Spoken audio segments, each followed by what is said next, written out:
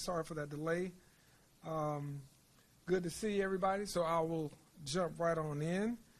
Good to see our counselor here with us as well. Thank you for being here and everyone who's here.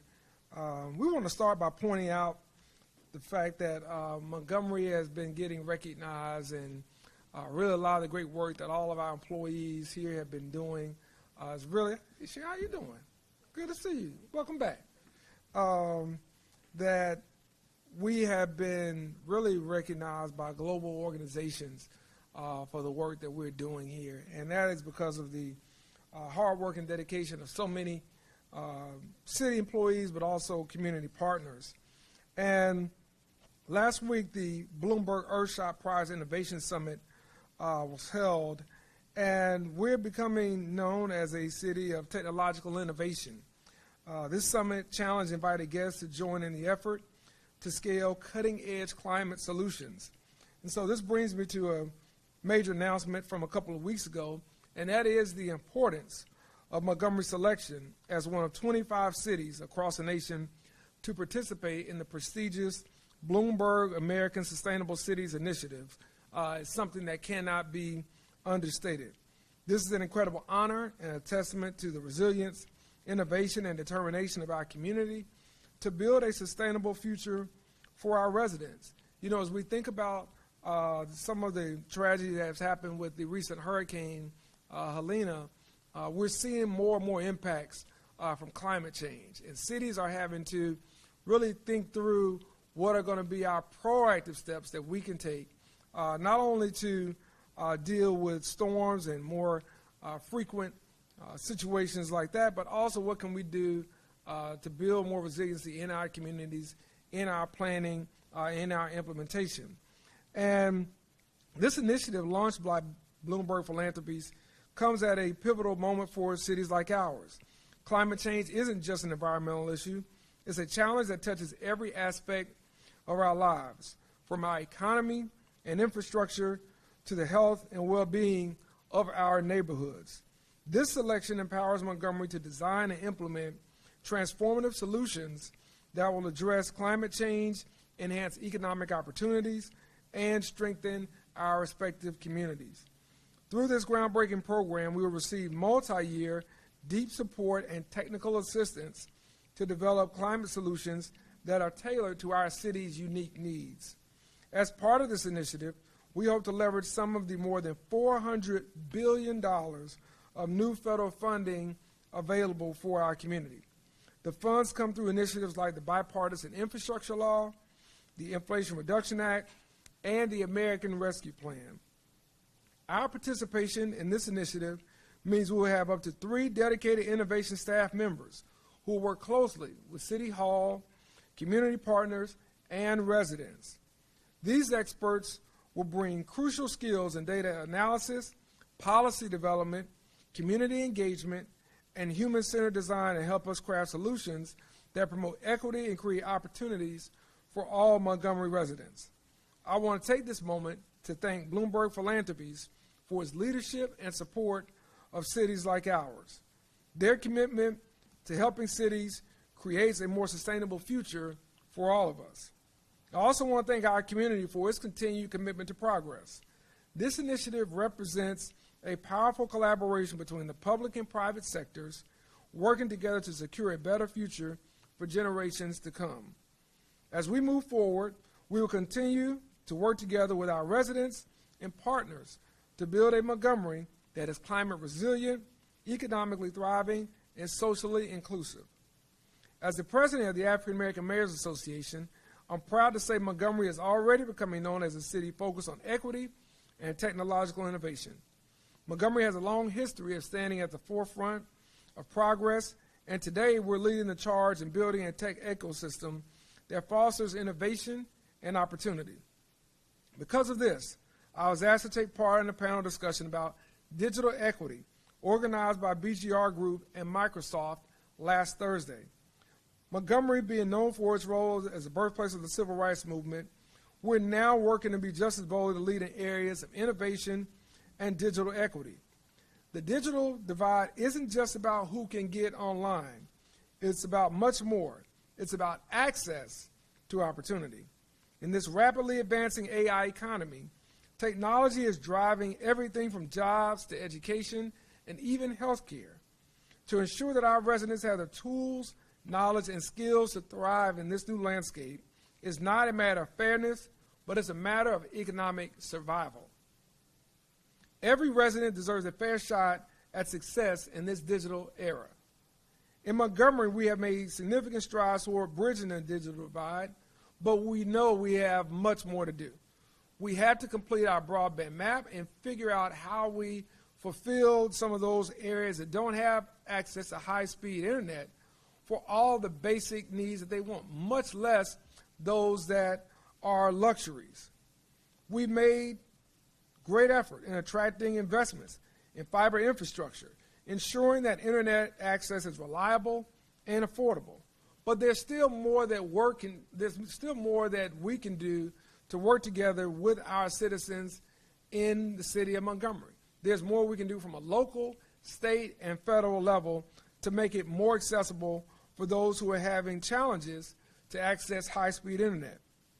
And so these things have been game changers in attracting the fiber infrastructure, providing families and businesses with the connectivity they need to succeed. Beyond that, we've launched programs to improve digital literacy for residents of all ages, whether it's students preparing for the future or seniors learning how to navigate digital services. But access to technology is only one piece of the puzzle. Digital equity also means building an ecosystem where people can use technology to innovate and shape the future. That helps our young students, the creators, the entrepreneurs, and certainly our small businesses, mid-sized and large businesses as well. That's why we're also working to foster a thriving tech ecosystem right here in Montgomery, partnering with our local universities, businesses, and other cities to bring the best minds together and empower our community to compete in the AI era. We're determined to make sure that no one is left behind as AI reshapes the world around us. Our journey is not finished, but we're proud of the foundation that we are currently laying. And we're not doing this alone. Partnerships with organizations like Microsoft are key to our success, and I look forward to continuing the collaboration. I'm also eager to learn from other cities and to share best practices in digital equity as I learned from my colleagues on this past Thursday from St. Louis and Cleveland, respectively. This allows us to move forward in a way that brings about better access and better outcomes to all of our residents. I believe digital equity is a solvable problem. By making strategic investments in infrastructure, promoting digital literacy, and supporting innovation, we can build communities where everyone has a chance to thrive in the AI age. Now, transitioning to an issue that has become all too familiar to us, and that which is access to guns. Recently, the City Council assisted us and passed the gun ordinance here that has stirred a lot of conversation, not only around the state, but also around the country. And what we have seen is that local municipalities are starting to take action that other branches of government refuse to do. I thank our city councilman for doing just that, in passing this ordinance in a bipartisan fashion that addresses one step of trying to rein in the spread of illegal guns in our community. The rise in gun violence in recent years is affecting every community across Alabama. We have an urgent need for common sense gun safety laws in our state. This is the assessment from the Giffords Law Center to prevent gun violence. Quote, Alabama has some of the weakest gun laws in the country and the fourth highest gun death rate. The fourth highest gun death rate. Lawmakers must stop disregarding the safety of their constituents and take action, end quote. That should not make anyone who is here or anyone watching this feel confident that we have the fourth highest death rate in the country here in our state. That's something that we can do something about. But it's going to take all of us willing to come out of our corners to figure out what common sense solutions we can really get behind. Mayors, councils, county commissions, state legislators, everyone, business, faith, and community leaders will all be needed at this table. And so when we think about what the leaders of a city can do to try to protect their residents, my hope is that the Alabama legislature will right the wrong of allowing anyone to carry a loaded firearm in public without fear of the law. Right now, there are 4 laws that have been pre-filed in the legislature. One would ban the possession of a handgun converted into a machine gun. Another would require a person to get a permit to carry semi-automatic rifles in public. We all know that Alabama has a proud tradition of protecting our rights, including the right to bear arms. But as we've seen too often in recent years, recent months, recent weeks, and dare I even say recent days, gun violence is claiming the lives of innocent people in our communities. It's now the #1 threat to the lives of young people. So this isn't about politics. This is about saving lives. This is about doing things that people elected us to do, which is not just to coast on the easy solutions, but to address the hard solutions and look for ways to come up with things that really impact how each and every one of our residents is doing across our state, starting right here in the capital city. It's about making sure that responsible gun ownership remains a right while ensuring public safety remains a priority. We know what works: background checks, safe storage laws, and red flag laws. These are not extreme measures. They are smart, effective steps that have been proven to reduce gun violence while respecting the rights of responsible gun owners. Though it's several months from convening, I'm asking the Alabama State Legislature to work with our local delegation right here in Montgomery, Alabama, who has put forth 2 of these bills to pass common sense gun safety laws that will protect our communities. Our lawmakers can help ensure that we never have to experience the heartbreak of another preventable strategy. Moving on to public safety. I'm glad to share that we continue to see positive trends as it relates to public safety. I want to thank all of our residents for helping in this effort. And I certainly want to thank those first responders, in particular those in the Montgomery Police Department, the Montgomery County Sheriff's Office, the Alabama Law Enforcement Agency, as well as those at the federal level. We understand that public safety is a top priority, which is why my administration has invested more in the Montgomery Police Department than any previous administration. In total, we have invested more than $9 million into the department. Starting tomorrow, Montgomery Police will get a 15% pay increase. That will take the starting salary up to about $55,000 per year. It's not including bonuses and other things that come along with that for recruitment and retention. That's significant. And this isn't the first pay raise that they've received. In 2022, the City Council supported our initiative to give Montgomery police officers a 14.5% pay increase. So when we look at this, we're talking about almost 30% since 2022 in pay increases that we've given to our police department. That's significant, and it's something that we know is richly deserved. But we also know we have to do more in the community. Our officers are doing great work. We removed more than 1,300 guns from the streets, demonstrating our commitment to a safer environment for all. The homicide rate continues to trend downward. Right now, down about 14% year over year. And as we're seeing the same trend with non-fatal shootings, which are down about 13% year over year. But we know that's not enough. And we know that it's not satisfactory for anyone who has fell victim to gun violence or has been close or near it or who's had a friend, family member, or neighbor that has been impacted by it. And that's why we want to continue to advocate for our commitment to community violence intervention. That's why we want to continue to invest in our Parks and Recreation Department and wraparound services and things that will be needed to be proactive and to be also more involved in the community on the front end rather than the back end. But we're proud of the work that our police department is doing because we also maintain a commitment to clearing our city's homicides as we boast a clearance rate nearly 10% higher than the national average. That's coming because people in the community are letting us know what's happening. We're grateful because we can have eyes and ears in every corner at all times of the day. So we're appreciative of their partnership, and we want to continue that. But now I do want to highlight one area that we're not quite satisfied, that I just had a conversation with former Director of Public Safety and Mayoral Advisor on Public Safety, Chief Lawrence Batiste, Chief Jim Grayboys, as well as Acting Chief Jeremy Reed. And that is property crimes are still too high in our city.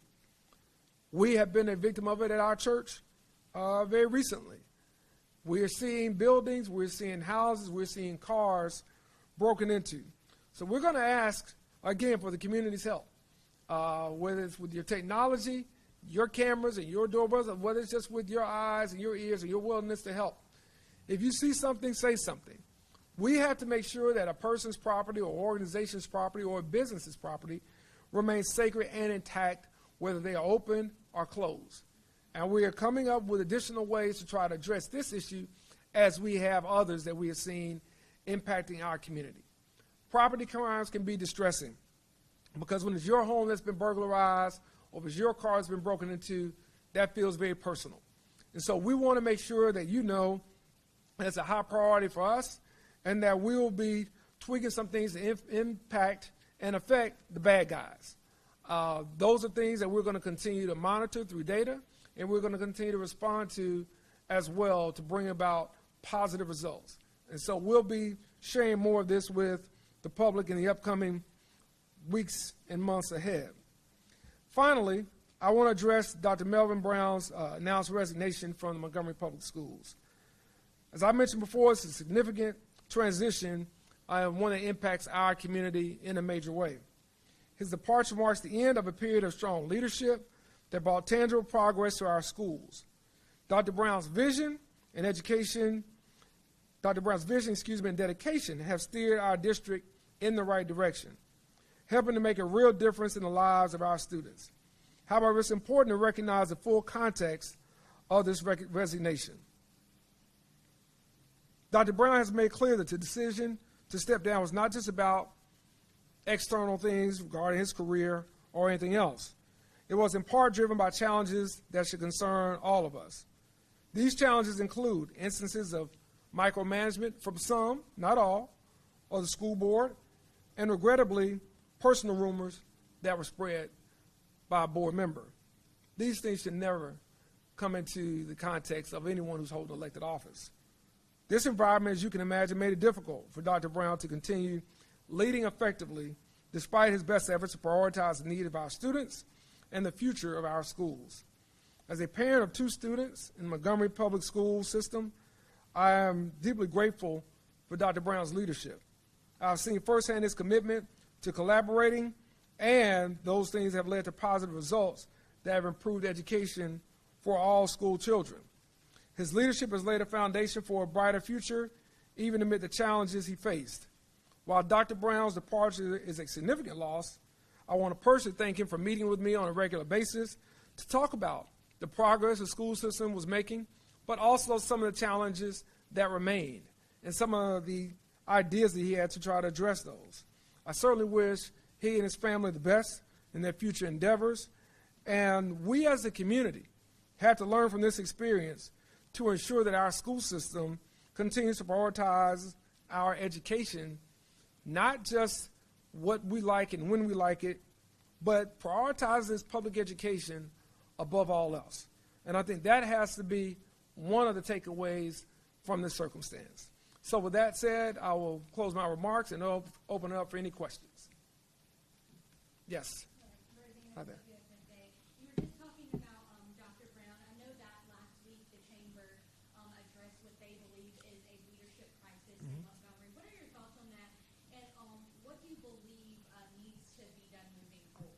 Well, I think if there's a board member who currently is sitting on the Montgomery County School Board, they should reside in Montgomery County.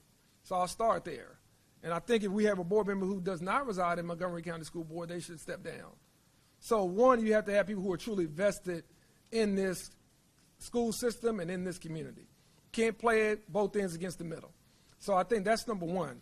I think, two, that the school board has to understand the role of a board and the role of a superintendent. And I think that while training is offered, consistent updating that training is needed.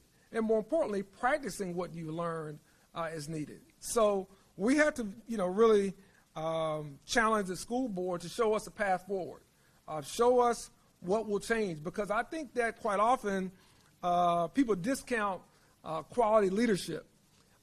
And if there's anything that I think that is needed in our public school system, it is strong and qualified leadership.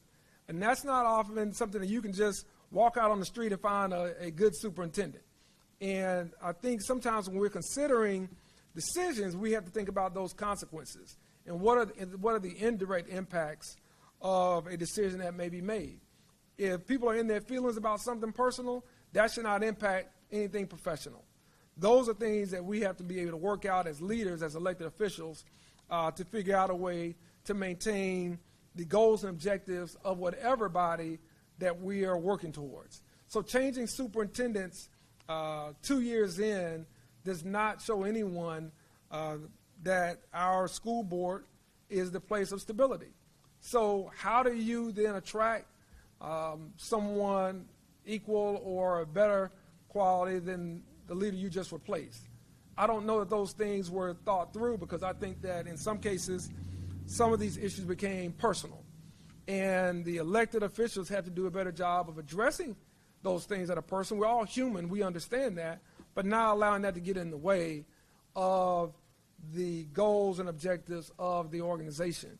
So I want to see, one, again, if there's a school board member who does not reside in Montgomery County, that's not a legal resident of Montgomery County, who should not be on the board, then that person, because of whether it be family reasons or professional reasons, should consider stepping down. The second thing is, I think the school board owes the community, everyone, not just the mayor or the chamber or anyone else, but a pathway forward. In particular, those who voted not to renew the contract of Dr. Brown. To me, those are the ones who have the toughest questions to answer, is why didn't you see that he was fit to have his contract renewed, when it seems like most people, whether they elected or whatever level of government or position they had in the community, feel that way. And two, if you saw something different, why weren't we told about that beforehand? Why wasn't there a request for mediation to try to get those things on the right track before you made this decision? And then how do you plan to move forward? And then what I would offer is that whatever that plan is to move forward, that there be a group of community stakeholders made up of elected officials from all branches of our government, as well as community leaders, to be a part of that. I mean an active part in that, because I think all that's going to be needed to really help stabilize what is perceived to be a school board that may not be the most stable and may not be the most reliable, which is going to make it very, very hard to recruit a quality candidate to lead us forward. I know that just following up with that question, I know that Dr. Mackey said the state was going to look at or consider the possible takeover at the chamber's request. What is your thought on that, the possible, intervention of MPS money? Yeah, I would hope that we could address that without the state intervening. I would hope that we can have those tough conversations.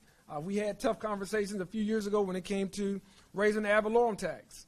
And we told the community that they should and could expect sound leadership and sound judgment and trust with increasing the ad valorem taxes, which had never been done here.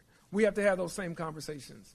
And we have to get in a room, and we have to be willing to acknowledge what some of the challenges are, what some of the options are for various entities, and then we have to be willing to say, this is how we plan to move forward, so that everyone, not just, again, the Chamber of Commerce, but parents, teachers, staff, the students themselves, feel like the school system is on the right track and will get the type of guidance and leadership that is needed. And again, I think it's very, very important for people to understand roles and responsibilities, what the role of the school board is and what it's not, and what the role of the superintendent is and what it is not.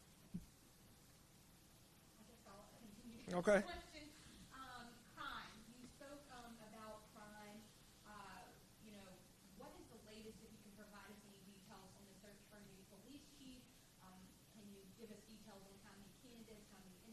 Are there any finalists? Are there Yeah. any names? Sure. No. Well, let me start from the beginning there. 44 applicants right now, as of the time we close. We'll whittle that down some, and then we will establish a committee like we had 2 years ago of law enforcement professionals and partners, as well as community leaders and our city council president to be a part of that committee to look at those that have been recommended to us from the search firm that we have used. So 44, I think, total applicants, and once we get down to about 10 or so, we'll bring those before the committee, and then we'll bring a much smaller group to the community itself. And I would estimate that this, should conclude certainly within the next 2 months. Also, the crime suppression unit, they came out with some new numbers, I believe, last week or the week before last. What is your take on the success of that initiative? Well, I think it's been very successful. I think anytime you're working with law enforcement and your partners in a more active way, that's going to make a difference. And so, again, we commend Montgomery County Sheriff's Office, the Alabama Law Enforcement Agency, as well as our federal partners, U.S. Marshals, ATF, FBI. Everybody has been really, really active in helping us with this. And the community, again, has been active in pointing out certain things and sharing those things with us. So I think that some of the trend that we've seen is a result of that, some of the adjustments that we've been able to make by virtue of collaborating together. And we want to continue to see that. Again, I mentioned the area that we want to see really addressed in a more significant way, and that's property crimes and things along those lines. But certainly, as it relates to some of the other areas around shootings and non-fatal shootings and homicides, we've seen that change. And listen, that's due to a lot of factors, but we aren't satisfied with where we are. We know that there's more work to do, and we know that there's more to making people feel more reflective of where the numbers are, so that they feel safer and they feel there's a sense of order and control in this city. And so I think that our law enforcement community has responded to that in a significant way, and we'll continue to work at that, and we'll continue to seek, again, proactive solutions, as I mentioned, with community violence intervention, our Parks and Recreation program, working with our faith leaders and other nonprofits to go along with that. All right. I know at I believe it was the previous mayor's presser, you were close to being able to announce something for the west side. Are we any closer to hearing what those plans are? I'm trying to think what that was now. If so, I'll let you know. I'm trying to think what that. Oh, I know what that was. No, that's still in legal limbo right now, but it's still moving. It's still there. It just hasn't been closed out legally, unfortunately. Yeah, I know exactly what you're talking about. It's some more good news for Council Riley's district over there. So we got some more coming. We just gotta wait for the lawyers to tell us it's okay. Anything else? Anything, Miguel? I'll leave out anything. Cody, anything else we need to touch on? Let me just say this one last thing on the superintendent and public education. There's probably nothing more critical in this city besides public education and public safety. So those are the two areas in anything you have to work on the most. Some things you can't control, other things you can. I think what we have to do as a community is make sure that we aren't suffering from self-inflicted wounds when it comes to these areas. And in particular in public education, we've got to be mature adults, and we've got to be responsible elected officials and leaders in the community when it comes to decisions such as positions as critical as your public school superintendent. Good superintendents, nationally recognized superintendents, don't just grow on trees. Now, it's not hard to go fill the position with a body, but the quality of the person, they don't just grow, and those that are there are in demand, and they can pick and choose where the market allows them to go. So I think, we have to make sure we're moving forward that we learn a significant lesson from what's taking place. And I think we're going to have to pay as much, if not more, attention to our public school board meetings as we do our city council meetings. We tend to lose a little focus sometimes there, but when we're thinking about what's happening and what impacts a community, our economic development depends on our public schools. Our military stabilization depends on our public schools. Our growth and wellness as a city depends on our public schools. So all of those things are very, very important. So I hope that those that voted not to renew Dr. Brown's resignation really have, not to renew his contract and accepted his resignation, really have a plan forward. I have not heard it yet. I'm not saying I have to be the first one. I just look forward to hearing it. And I think it needs to be sound. I think it needs to be detailed. I think it needs to be very specific and attainable. So we got to make sure as a community that those board members who made this decision really, really are held accountable for their actions and for ultimately the vote that they took. And we've got to make sure as a community we're all into making sure that the public school system doesn't just revolve around a couple of personalities, but that the public school system revolves around the students in our schools, the parents, the teachers, the staff, and so many other stakeholders that we have that are depending on sound leadership, visionary leadership that will take our public schools in this community in a positive and in the right direction. So I thank you all for coming. Again, I apologize for the delay, but look forward to sharing some more good news with the city, that we have some more announcements, and as well as addressing some of the challenges that we still are trying to solve from our standpoint. Okay? Thank y'all so much. Have a good day.